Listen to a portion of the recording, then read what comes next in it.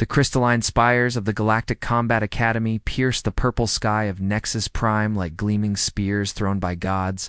Each tower stretched impossibly high, their surfaces alive with shifting energy shields that could repel asteroid impacts without so much as a flicker. The massive training complex sprawled across the planet's surface like a metallic city, its corridors humming with the power of 1,000 civilizations. Commander, Dexville of the Hegemony stood in the observation deck, his 6 eyes tracking the movements of elite warriors in the training halls below. His scaled skin rippled with approval as he watched the galaxy's finest demonstrate why they had earned their places at the Academy.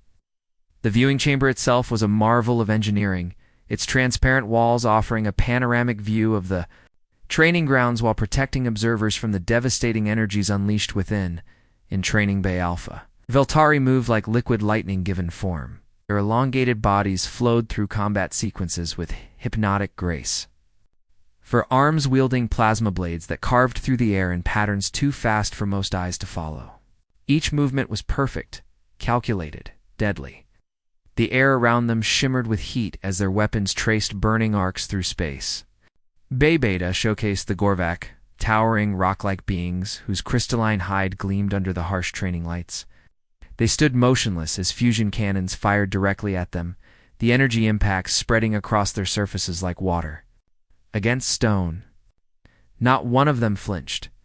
Their massive forms absorbed punishment that would vaporize most species. Their geological patience matched only by their devastating strength, when finally provoked to action, the ethereal scions floated in Training Bay. Gamma, their translucent forms, barely visible, as they demonstrated powers that defied physics. With casual gestures, they crushed steel training dummies into perfect spheres, the metal groaning and screaming as it compressed under invisible forces. The air itself seemed to bend around them, reality becoming malleable in their presence. Impressive. As always, Dexville murmured to his aide, watching a particularly gifted scion lift 3 combat mechs simultaneously, each weighing several tons. The machines rotated slowly in the air like toys in the hands of a child. The new recruits from the Andromeda sector show remarkable potential. His aide, a nervous creature with compound eyes and chitinous armor, consulted his datapad with trembling appendages. His expression showed barely concealed disdain as he read the next entry. The humans from Earth, sir? They call themselves Deathworlders. The word hung in the air like a bad smell. A ripple of laughter went through the observation deck as other instructors and visiting dignitaries heard the announcement, Deathworlders. The term was used mockingly throughout the galaxy to describe species from particularly hostile planets, usually by those who had never faced real hardship. The human delegation entered the main training hall through the massive blast doors that could seal the chamber in case of catastrophic weapons malfunction. Leading them was Captain Lee Dong-wook, a compact man with steady dark eyes that seemed to take in everything at once. Of battles fought and survived. He moved with the easy confidence of a predator. His steps silent despite the heavy boots he wore. Behind him walked Lieutenant Park So-young, her black hair pulled back in a severe military bun that revealed the sharp angles of her face. Her uniform was immaculate, pressed with military precision, but her eyes held a warmth that suggested compassion beneath the professional exterior. She carried herself with the poise of someone accustomed to command, her presence commanding. Respect without demanding it. Sergeant Kim Jae-hyuk brought up the rear, his calm demeanor a study in controlled tension. His shoulders carried the weight of responsibility, and his hands never strayed far from his weapons. Unlike the flashy energy weapons carried by the alien warriors, the humans bore simple kinetic rifles and chemical explosive devices that looked almost primitive by comparison. They look so ordinary, whispered Cadet Zixthera, a young Veltari whose natural speed made her movements appear as brief aftermages. Her forearms gestured dismissively as she studied the humans through the observation window. No natural weapons, no psychic abilities, no environmental adaptations. How did they even qualify for the academy? Instructor Vexel, a towering Gorvak, whose stone-like hide bore the scars of 1,000 battles, gestured dismissively with one massive arm. His voice rumbled like an avalanche when he spoke. Primitives from a backwater world. They still use kinetic projectiles and chemical explosives. How quaint. I suppose the Academy must maintain some diversity standards, even if it means accepting the truly hopeless. The other aliens in the observation deck chittered and buzzed their agreement. Their skin wasn't armored, their reflexes weren't enhanced. They showed no signs of the genetic modifications that most civilized species had, undergone millennia ago. Captain Lee stepped forward, his voice carrying clearly across the vast hall. Despite its modest volume, the acoustics of the chamber amplified his words, ensuring every being present could hear him clearly. We're honored to train alongside the galaxy's finest warriors. We hope to learn much from this experience. Assembled aliens exchanged glances filled with barely concealed amusement. The human's words were respectful, properly deferential, but something in his tone suggested he expected to teach as much as he learned. There was no arrogance in his voice, but there was confidence, a quiet certainty that spoke of experiences these pampered Academy warriors had never faced. The first exercise was announced with typical Academy fanfare. Target elimination in a zero-gravity environment boomed the facility's artificial intelligence. Participants will engage hostile targets while navigating three-dimensional space. Environmental hazards include debris fields, energy barriers, and gravitational anomalies. The Void Dancers, naturally adapted to space, moved like graceful shadows through the chamber as gravity cut out. Their specialized organs allowed them to navigate three-dimensional combat with ease, their bodies twisting and flowing through space, as if swimming through an invisible ocean. They struck their targets with precision, the technology allowing them to achieve similar results. Through superior engineering, they moved in perfect formation, their coordinated strikes eliminating targets with mechanical precision. The humans, it tumbled awkwardly at first, their movements clumsy and inefficient in the alien environment. Lieutenant Park collided with a training obstacle, her body spinning helplessly as she tried to regain control. Sergeant Kim struggled to control his trajectory after firing his weapon, the recoil sending him careening into a wall with a sound that echoed through the chamber. The watching aliens chittered and buzzed with amusement, their laughter filling the observation deck like music. Here was proof of what they had suspected all along. These Deathworlders were nothing special, just another primitive species trying to play with their betters. Perhaps we should start with something more. A terrestrial instructor Vextel suggested, his rocky features arranged in what might have been a smile, if rocks could smile. Something more suited to their ... limitations. But Captain Lee raised a hand, his voice cutting through the laughter with quiet authority. We'll adapt. Give us another run. The silence that followed was deafening. The aliens stared at the human captain, wondering if they had heard correctly. No species asked for a second chance at the Academy's exercises. Failure was failure, and accepting it gracefully was considered a sign of wisdom. But there was something in the humans' eyes. It was the absolute refusal to accept defeat.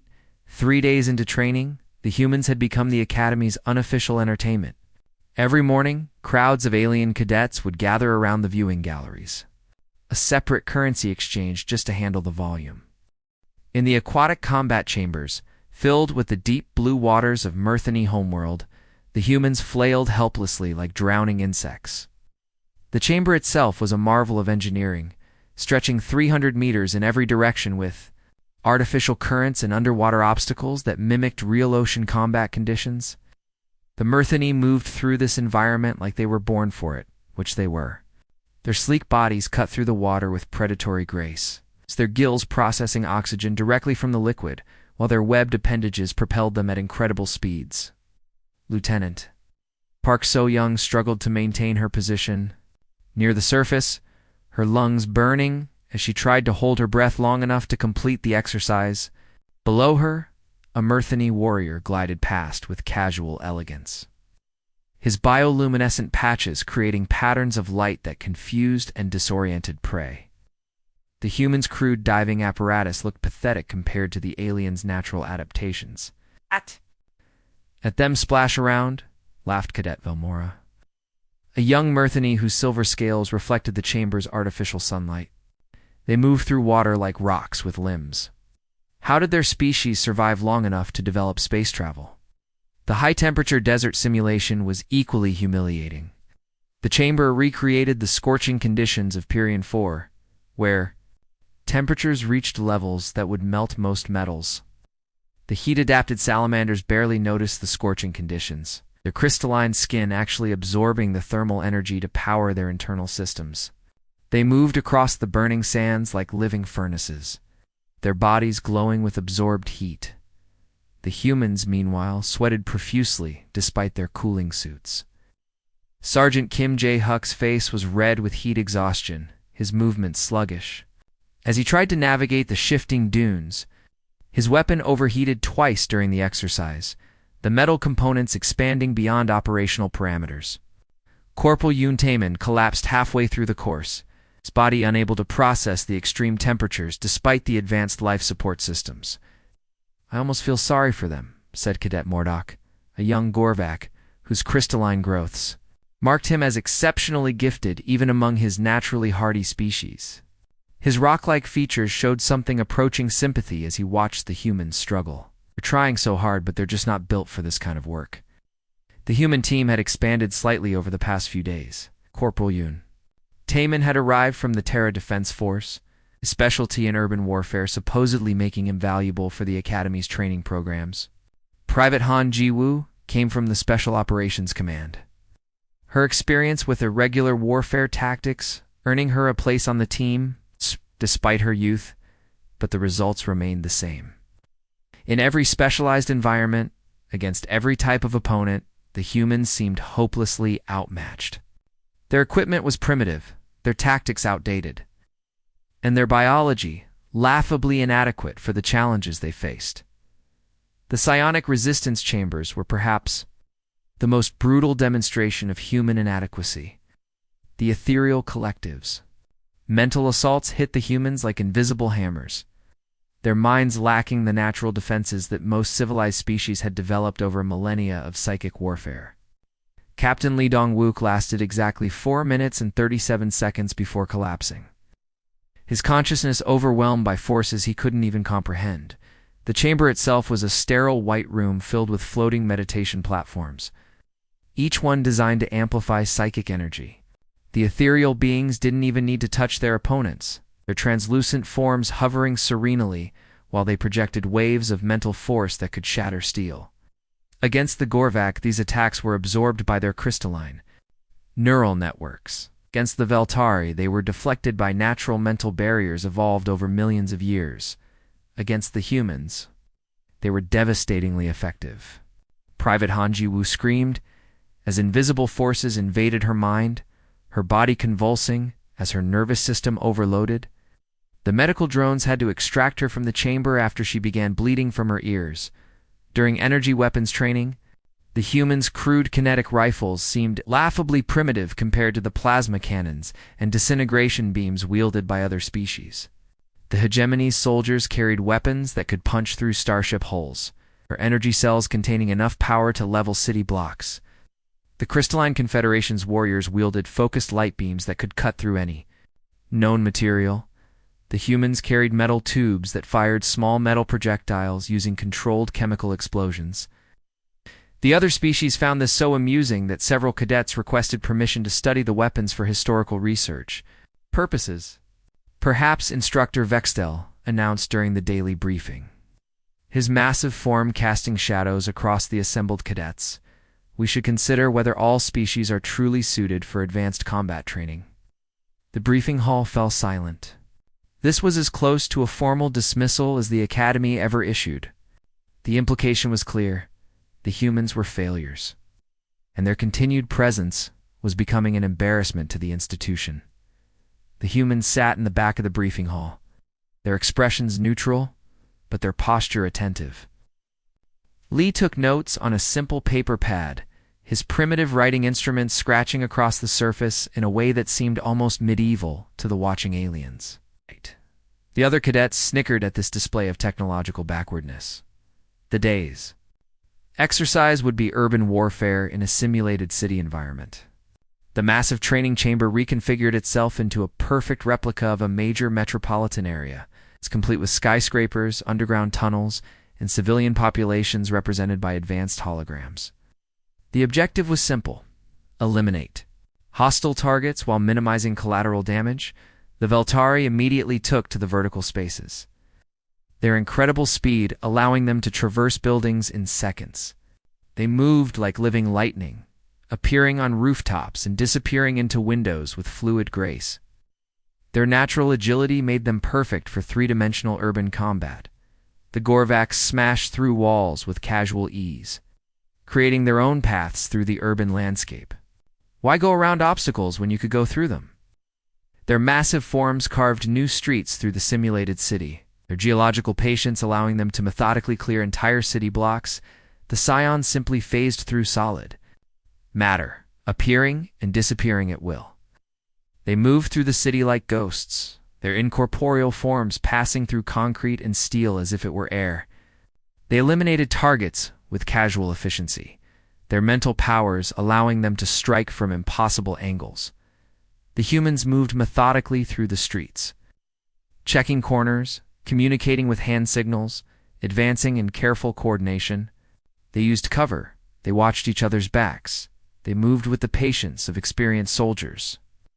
They were competent, professional, utterly unremarkable, but they were also painfully slow compared to their alien counterparts. While the Veltari completed their objectives in minutes, the humans took hours. While the Gorvak carved new paths through the city, the humans carefully navigated existing streets. While the Scions moved like ghosts, the humans moved like humans. 43rd place out of 45 teams, announced the scoring computer, its artificial voice carrying a note of disappointment. Human Team Alpha eliminated after achieving 12% of mission objectives.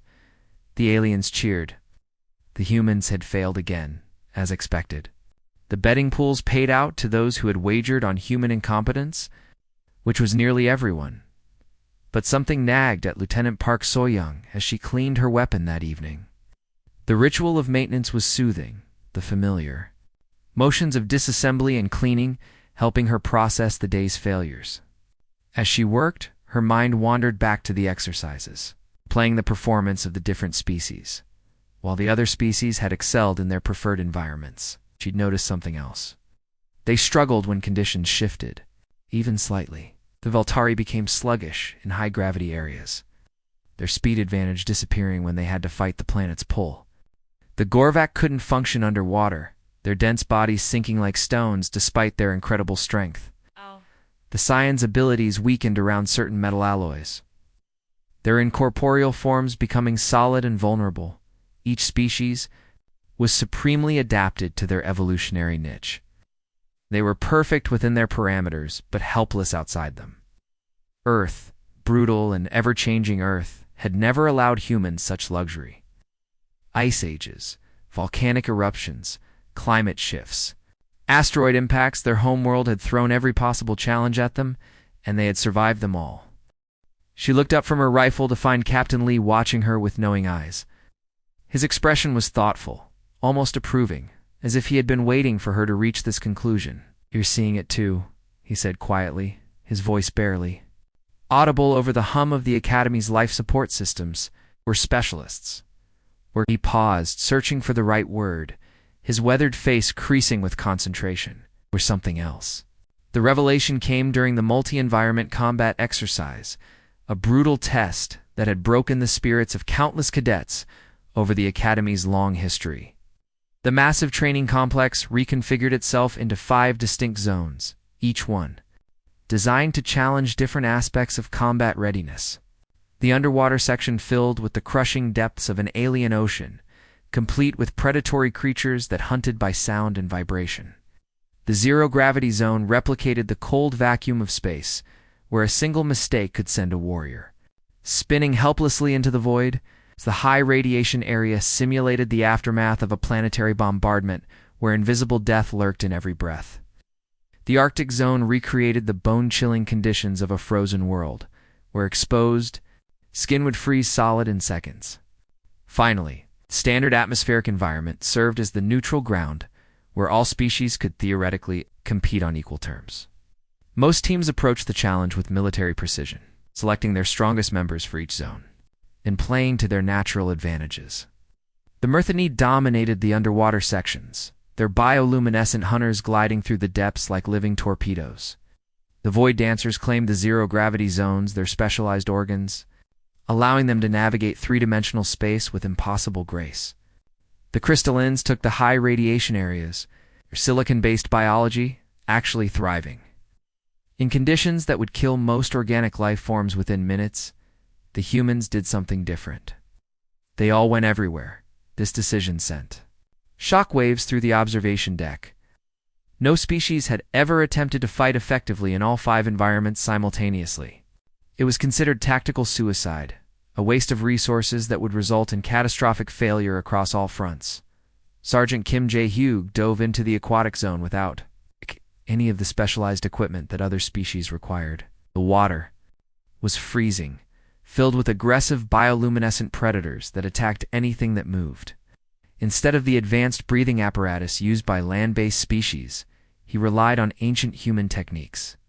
His chest expanded as he took a massive breath, his lungs processing oxygen with efficiency that surprised the monitoring systems. His swimming was crude compared to the Myrthani's natural grace, but it was effective. He moved through the water. Like a determined machine, his strokes powerful and steady. The aquatic predators, evolved to hunt the quick, darting movements of their natural prey, were confused by his methodical approach. When a bioluminescent shark-like creature attacked, Kim didn't try to outswim it. Instead, he used the environment to his advantage, leading it into underwater obstacles where its superior speed became a liability. He was slower than the Myrthani, but he completed the objectives, his target elimination rate climbing steadily as he learned to work with the water instead of fighting it in zero gravity. The humans had developed crude but effective movement, techniques that made the watching aliens shake their heads in disbelief. While other species relied on anti-gravity technology or specialized organs, the humans used their weapons, recoil, and environmental features to navigate. Private Han Ji-woo fired controlled bursts from her kinetic rifle, using the kickback to propel herself between obstacles. When she ran low on ammunition, she grabbed onto training equipment and used it as leverage to change direction. The technique looked clumsy and wasteful, but it worked. The humans bounced off walls, used debris as stepping stones, and turned their apparent disadvantage into a strange kind of advantage. They moved through the zero-gravity environment like controlled chaos, their unpredictable movements making them difficult targets for more conventional opponents. "This is inefficient," observed Cadet Zixthera, her arms gesturing in frustration as she watched Private Han Ji-woo struggle through the Arctic zone. The human's movements were labored, her breath creating clouds of vapor in the sub-zero air. They're not adapted for these conditions. They're going to exhaust themselves trying to fight everywhere instead of focusing on their strengths.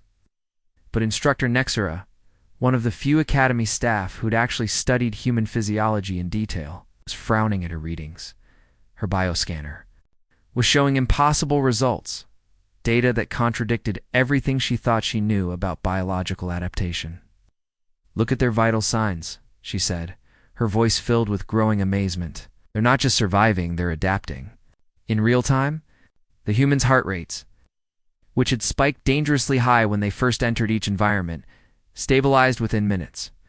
Their breathing patterns adjusted automatically to the available oxygen levels. Their coordination improved with each repetition, their movements becoming more efficient as they learned to work with unfamiliar conditions. Most remarkably, they began developing countermeasures for their opponents' abilities, turning perceived weaknesses into tactical advantages. When facing the phase-shifting wraiths in the standard atmospheric zone, Corporal Yuntamen couldn't match their incorporeal abilities. The ghostly aliens could become solid or incorporeal at will, phasing through walls and armor to strike at vulnerable points. Instead of trying to fight them on their terms, he used area denial tactics that the Academy had never seen before. He filled spaces with smoke, grenades, and debris, creating a three-dimensional maze that tracked their movements even when they were invisible. The wraiths, accustomed to opponents who tried to match their supernatural abilities, were confused by his mundane but effective approach. They could phase through solid matter, but they couldn't phase through the laws of physics. When they moved, they displaced air and particles, creating trails that Yoon could follow. He turned their greatest strength into a liability, forcing them to fight in conditions where his crude but effective tactics could neutralize their advantages. Against the lightning-fast Veltari, the humans couldn't match their speed, so they learned to predict their patterns and lay traps. Captain Lee studied their movement patterns with the patience of a hunter, noting how their incredible velocity made them predictable in certain situations. They moved so fast that they couldn't change direction quickly, their momentum carrying them along predetermined paths that could be anticipated and exploited. The humans began setting up ambushes, using the environment to channel their opponents into kill zones where speed became a disadvantage. They scattered caltrops made from training equipment, created obstacles that forced the Veltari to slow down, and used coordinated crossfire to eliminate escape routes. It was brutal, efficient, and completely unexpected. "They're cheating," complained Cadet Mordok, after losing a sparring match to Lieutenant Park. The young Gorvak's crystalline growths were cracked and smoking, his nearly invulnerable hide showing damage that should have been impossible from such a primitive opponent. "She used the environment against me. That's not fair combat." "That's not cheating," Captain Lee replied calmly, his voice carrying the authority of someone who had survived countless real battles. "That's adaptation. Fair fights are for sporting events. This is combat training." The scoring computers began registering anomalies that made the Academy's administrators question their programming. The humans' individual statistics remained unremarkable by galactic standards. They weren't the fastest, strongest, or most skilled in any single category. But their team performance was climbing steadily, their collective effectiveness growing with each passing day. They were learning not just to survive in hostile environments, but to turn those environments into weapons. In the high radiation zone, they used the facility's own shielding systems to create safe corridors that funneled enemies into predetermined positions. In the Arctic conditions, they learned to use the extreme cold to their advantage, causing their opponent's equipment to malfunction while their own crude but reliable gear continued to function. During energy weapons training, they couldn't match the raw power of alien plasma cannons or the precision of disintegration beams. But they learned to jury-rig captured equipment, combining technologies in ways their original designers never intended. They stripped parts from fallen enemies, modified alien weapons with human engineering principles, and created hybrid systems that were ugly but effective. When facing the seemingly invulnerable crystallines, whose silicon-based biology made them nearly immune to most forms of attack, the humans abandoned direct assault in favor of environmental attacks. They used the facility's own systems against their opponents, overloading power conduits to create electromagnetic pulses that disrupted the aliens' crystalline nervous systems. They learned to use sound as a weapon, creating resonant frequencies that could shatter their opponents' crystalline structures. "They're starting to remind me of something," Instructor Vexel muttered. His rocky features creased in thought as he watched the humans adapt to yet another impossible situation. An old legend from the Outer Rim, about creatures that could survive anywhere, adapt to anything. "What were they called?" asked Nexara, her bioscanner still showing impossible readings as the humans continued to exceed every biological parameter she thought she understood. Apex predators. The Academy's final examination was legendary among military circles throughout the galaxy, spoken of in hushed tones by veterans who had witnessed its devastating challenges. The massive simulation chamber, larger than most space stations, housed a constantly shifting nightmare of combat scenarios that had broken the minds of countless warriors over the centuries. The artificial environment could recreate any battlefield condition imaginable. From the crushing depths of gas giant atmospheres to the radiation-soaked ruins of dead civilizations, what made the examination truly terrifying was its unpredictability. The environment shifted randomly between different zones every few minutes, forcing participants to adapt constantly while facing opponents from every species in the Academy. One moment you might be fighting underwater against bioluminescent predators, The next, you could find yourself in zero gravity facing enemies who could phase through solid matter. The psychological pressure alone had caused seasoned warriors to collapse in catatonic states as the exercise began. The predictable patterns emerged like a deadly dance that had been performed countless times before. The Veltari claimed that high-speed urban zones, their four-armed forms becoming blurs of motion as they leaped between skyscrapers with impossible grace. Their natural speed advantage made them nearly untouchable in environments where quick reflexes and rapid movement were essential. They established sniper positions on rooftops, their plasma weapons creating deadly kill zones that no other species could penetrate. The Myrthani dominated the aquatic regions, their sleek bodies cutting through the water like living torpedoes. Their bioluminescent patches created hypnotic patterns that confused and disoriented prey, while their natural sonar abilities allowed them to track enemies through the murky depths. They moved through the underwater sections like they owned them, which in many ways they did. The Gorvak established themselves in the heavy gravity mountain areas, their massive stone-like bodies perfectly adapted to crushing atmospheric pressure that would flatten most other species.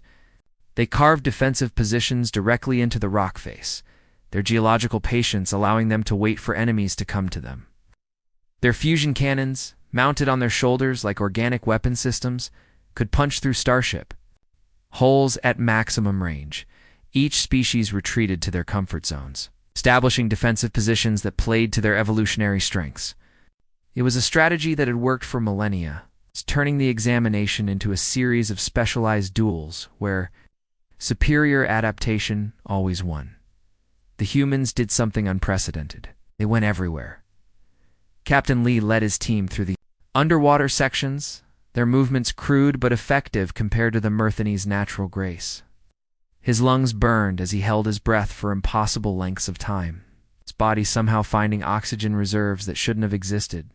The water was freezing, filled with aggressive creatures that attacked anything that moved. But he pressed forward with grim determination. When a Myrthani warrior challenged him directly, Lee couldn't match the alien's natural swimming ability. Instead, he used the environment to his advantage, leading his opponent into underwater obstacles where superior speed became a liability. He grabbed onto debris and used it as weapons, turning the alien's own territory against him. It was brutal, desperate, and completely effective. Lieutenant Park coordinated strikes in the zero-gravity zones, her team using improvised tactics that made the Void Dancer's natural advantages irrelevant. She couldn't fly through space with their elegant grace, but she could use weapon recoil and environmental features to navigate effectively. Her team moved through the weightless environment like controlled chaos, their unpredictable movements making them impossible to target. "This is impossible," breathed Cadet Sixthera, watching her tactical display with growing disbelief. The screen showed human forces engaged simultaneously across all environmental zones, their biosignatures scattered throughout the simulation chamber. They're engaging every species type simultaneously. They should be dead by now. But it wasn't. Just that they were fighting in every environment, were fighting effectively, their performance improving with each passing minute. The monitoring systems showed adaptation rates that defied everything the Academy thought it knew about biological limitations. When Sergeant Kim faced a scion in the mental resistance chamber, he couldn't match their psychic abilities. The ethereal being's mental assault hit him like invisible hammers, trying to crush his consciousness under waves of alien thought. Instead of fighting the attack directly, he used crude but effective mental discipline techniques that seemed to come from nowhere. He compartmentalized his thoughts, building walls in his mind that the scion couldn't penetrate. When the psychic pressure became unbearable, he used pain to maintain focus, biting down on his own tongue until the copper taste of blood sharpened his awareness. Against the phase-shifting wraiths, Private Han Ju-woo employed a tactic that shocked the observers into stunned silence. The ghostly aliens could become incorporeal at will, phasing through weapons and armor to strike at vulnerable points. Instead of trying to fight them conventionally, she did something that should have been impossible. She allowed herself to be partially phased, her body somehow synchronizing with the alien's supernatural abilities. The disorientation was overwhelming, like being torn apart and reassembled at the molecular level. But in that moment of shared existence, she could predict her opponent's movements with perfect accuracy. She struck at the exact moment they solidified, her crude kinetic weapon finding its target with surgical precision.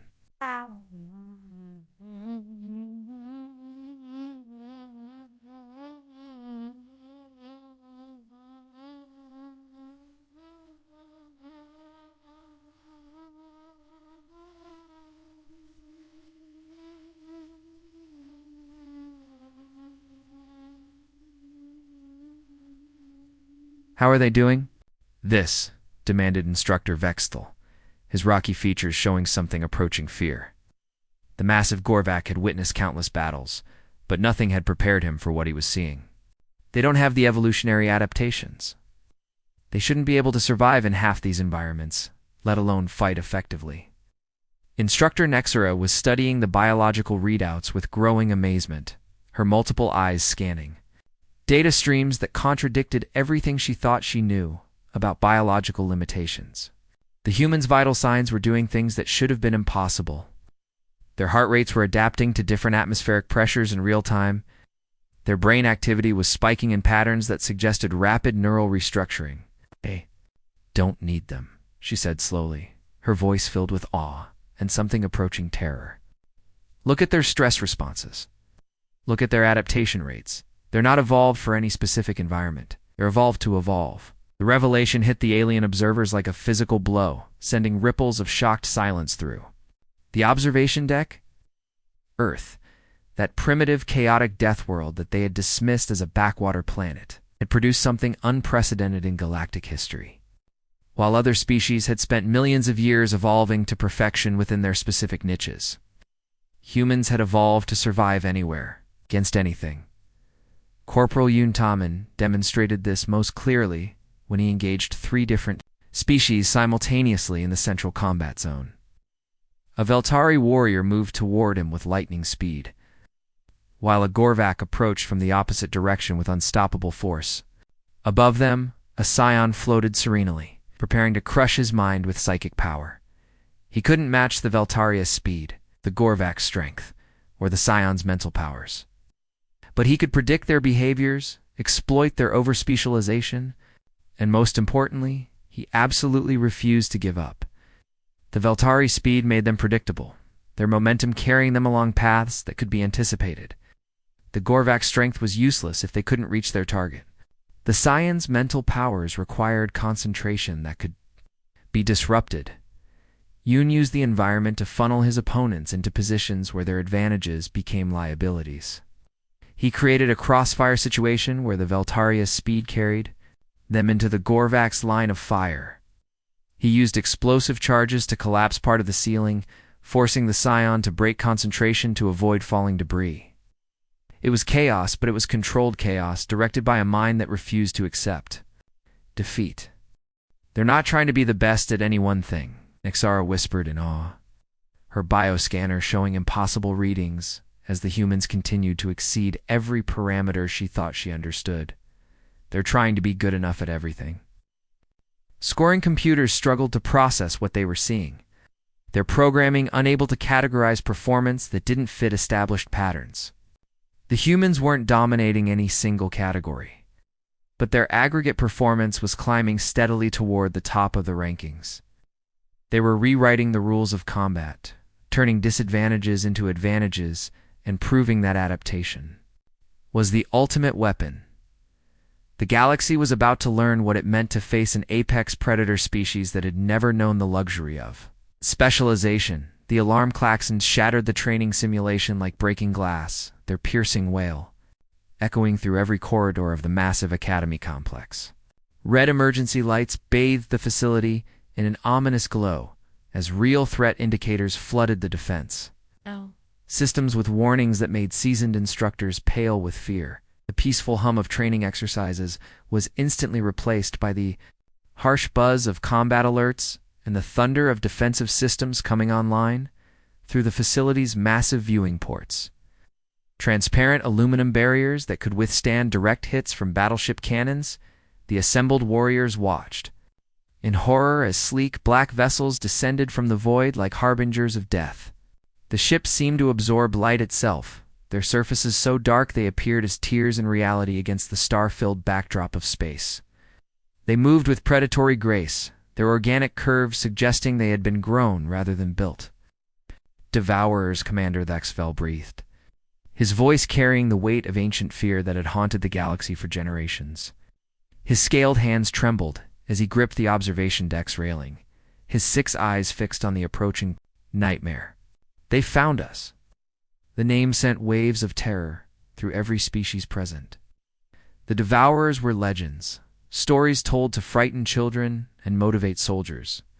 They were the extragalactic raiders who appeared without warning, studied their prey with scientific precision, then struck with devastating efficiency.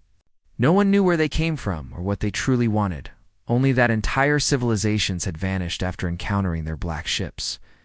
These particular Devourers had been observing the Academy for months, studying the galaxy's finest warriors. Like specimens in a laboratory, it analyzed every species' strengths and weaknesses, cataloged every fighting style and tactical doctrine. Now they struck with surgical precision, their weapons specifically designed to counter each species. Evolutionary advantages. The Veltari's legendary speed meant nothing against enemies that predicted their movements with computer-like accuracy. The aliens had evolved to move faster than thought, but the Devourers had learned to think faster than speed. Their tracking systems locked onto the four-armed warriors before they could even begin to move, energy beams striking them down mid-lep with casual efficiency. The Gorvaks seemingly invulnerable. Armor failed against weapons that exploited their specific crystalline structure. The massive stone-like beings had survived direct hits from fusion cannons. But the Devourers' resonance weapons found the exact frequency that would shatter their geological hides like glass. Ancient warriors who had stood unmoved for centuries crumbled to dust in seconds. The Scions' mental powers were blocked by technology that turned their own abilities against them. The ethereal beings found their psychic attacks reflected back at them, their own thoughts becoming weapons in enemy hands. Their incorporeal forms became solid and vulnerable as the Devourers. Neural disruptors stripped away their supernatural abilities. Within minutes, the Academy's supposedly impregnable defenses were shattered like paper in a hurricane. Energy shields that could stop planetary bombardments flickered and died under sustained assault. Weapon systems that had never failed suddenly went offline as the Devourers' electronic warfare capabilities overwhelmed their targeting computers. The alien cadets, so supremely confident in their specialized abilities just moments before, found themselves paralyzed as the raiders systematically countered their every advantage. Emergency protocols activated announced the facility's artificial intelligence. It's usually a calm voice now edged with electronic panic. All personnel to designated survival positions. Repeat, all personnel to designated survival positions. Captain Lee was already moving, his weathered face set in grim determination as his team fell into formation around him with practiced efficiency. His scarred hands moved to his weapons with the fluid grace of someone who had faced impossible odds before and survived. Negative, he transmitted to the command center, his voice cutting through the chaos with quiet authority. We're engaging. You can't, protested Cadet Zixthera, her forearms gesturing frantically as she watched the Devourers tear through. The Academy's defenses, her natural speed was useless now, reduced to terrified trembling as she faced enemies who had already adapted to counter everything she could do. They've adapted to counter every species' abilities. They know everything about us. Lee's smile was sharp and predatory, the expression of a hunter who had just found worthy prey. His dark eyes held a light that made even the panicking aliens pause in their terror. They've adapted to counter-specialization, he said calmly, checking his primitive kinetic rifle with the care of a craftsman examining his tools. We're not specialists. The human team moved through the Academy's corridors like a pack of wolves, their tactics fluid and constantly changing in ways that defied conventional military doctrine. When the Devourers deployed anti-speed technology designed to neutralize the Veltari, the humans didn't rely on speed. When electromagnetic dampeners neutralized energy weapons that had served the galaxy for millennia, they switched to kinetic projectiles that worked on simple mechanical principles. When psychic scramblers blocked mental abilities, they used crude but effective visual signals that required no technology at all. Lieutenant Park led a combined force of alien cadets. But she didn't try to use them according to their natural specializations. This went against every tactical manual ever written, every strategic doctrine ever developed. Instead, she taught them to fight outside their comfort zones in ways that shocked their evolutionary programming. Veltari warriors found themselves providing cover fire instead of engaging in high-speed combat.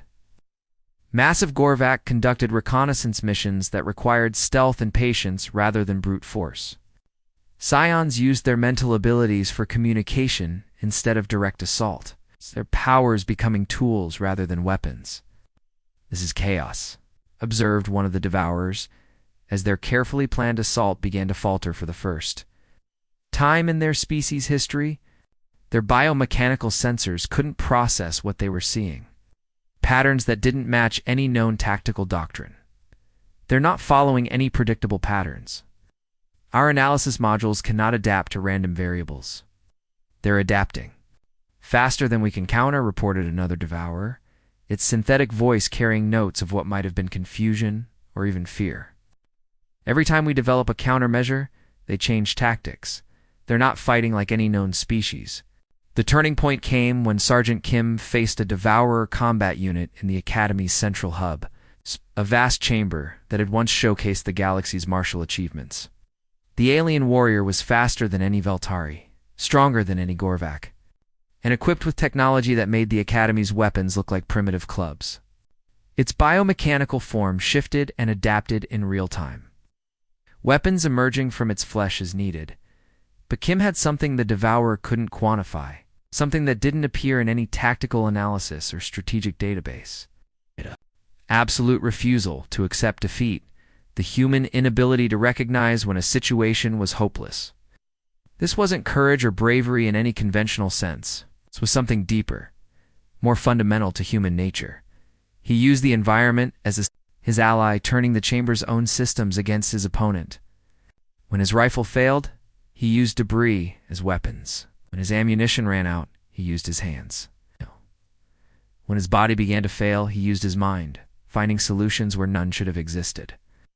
The Devourer evolved for efficient conquest and, programmed for logical warfare, couldn't understand this inefficient, desperate, utterly human refusal to die quietly. Throughout the facility, other human team members were teaching the same impossible lessons. Private Han Juwu showed a group of aquatic Murthani how to fight effectively on dry land, something their species had never needed to learn. Corporal Yuntamen demonstrated to the graceful void dancers how to use gravity as a weapon rather than an obstacle, turning their greatest weakness into an unexpected strength. The galaxy was learning that there was more than one way to wage war.